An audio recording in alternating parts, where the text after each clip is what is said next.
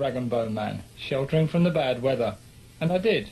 Over a pint of beer we talked about the trade and how long Walter had been in it. I went with my dad, and then from there I started on my own when I was about 15.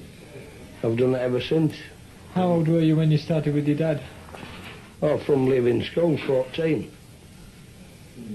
And you've been doing it ever since? Yeah, well, all my life I've never done that else. All these people round here know me.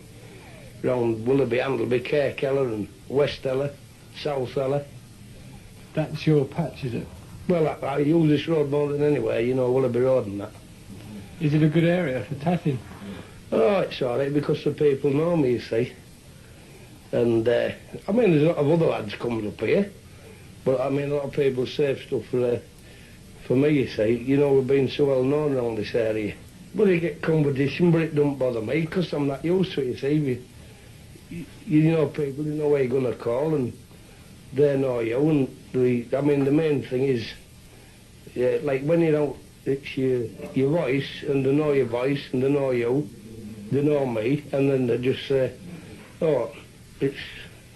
You've got a distinctive call, have you? Well, yeah, of course I have. I shout for old bikes, old carpets, old rags, old gas boilers, ringers, washers, scrap iron, out at all. When you first started, when you were 15, how different was the rag and bone trade then? Oh, well then, I only had a handcart then.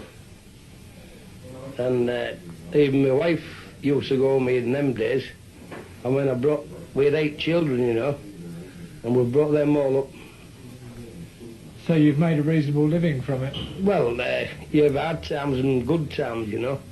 I mean, you're in winter time when some days you can't get out and you can't get off out, and if you ain't got a motor to go out with, well, and then people, well, a lot of the people won't answer the doors, and when it's snowing and raining, well, it's common sense that you don't go out them days, do you? Some days you can go out for 3 or 4 hours, and some days you might be out an hour. It just depends how you strike. I mean, but in this trade, it pays to be always civil, and civility goes a long way, and that's why people respect you for it. I mean, if I walk into a garden gate, into a woman's garden, I always close the gate after me. And if a woman waves through the window, say I go to her and say, morning lady, you know what I mean? Well, you see, civility goes a long way in this kind of business, and I mean, you get some people, like they want a few coppers and some wants a few quid. It just depends what you're going to buy. When you first had the handcart, that must have been quite difficult pushing that around. Yeah, and I've pushed up here, Willoughby and all round there, Nesle. But we used to have old bow-top mandals and all of that to pull on them, but you had to pull them on. What, sorry? Old bow-top mandals, they're old-fashioned now, you know what I mean? But I mean, we used to put weight in them days on handcarts. And people today, when they see you with a bit of a load on an cart, they think it's a load of, you know, it's too much for us to pull, but they're wrong. Because we don't have a load of them with more sense than that. I mean, they must have cost money. How much did you used to push on the handcart? What sort of things did you used to have on it? Well, rags, I mean, old scrap iron, everything with notes of half a ton on handcart. What sort of things are you looking for? Well, I just shout rag bone and old bikes, old carpets, any old lumber, old car batteries, old bikes, old, you know, everything.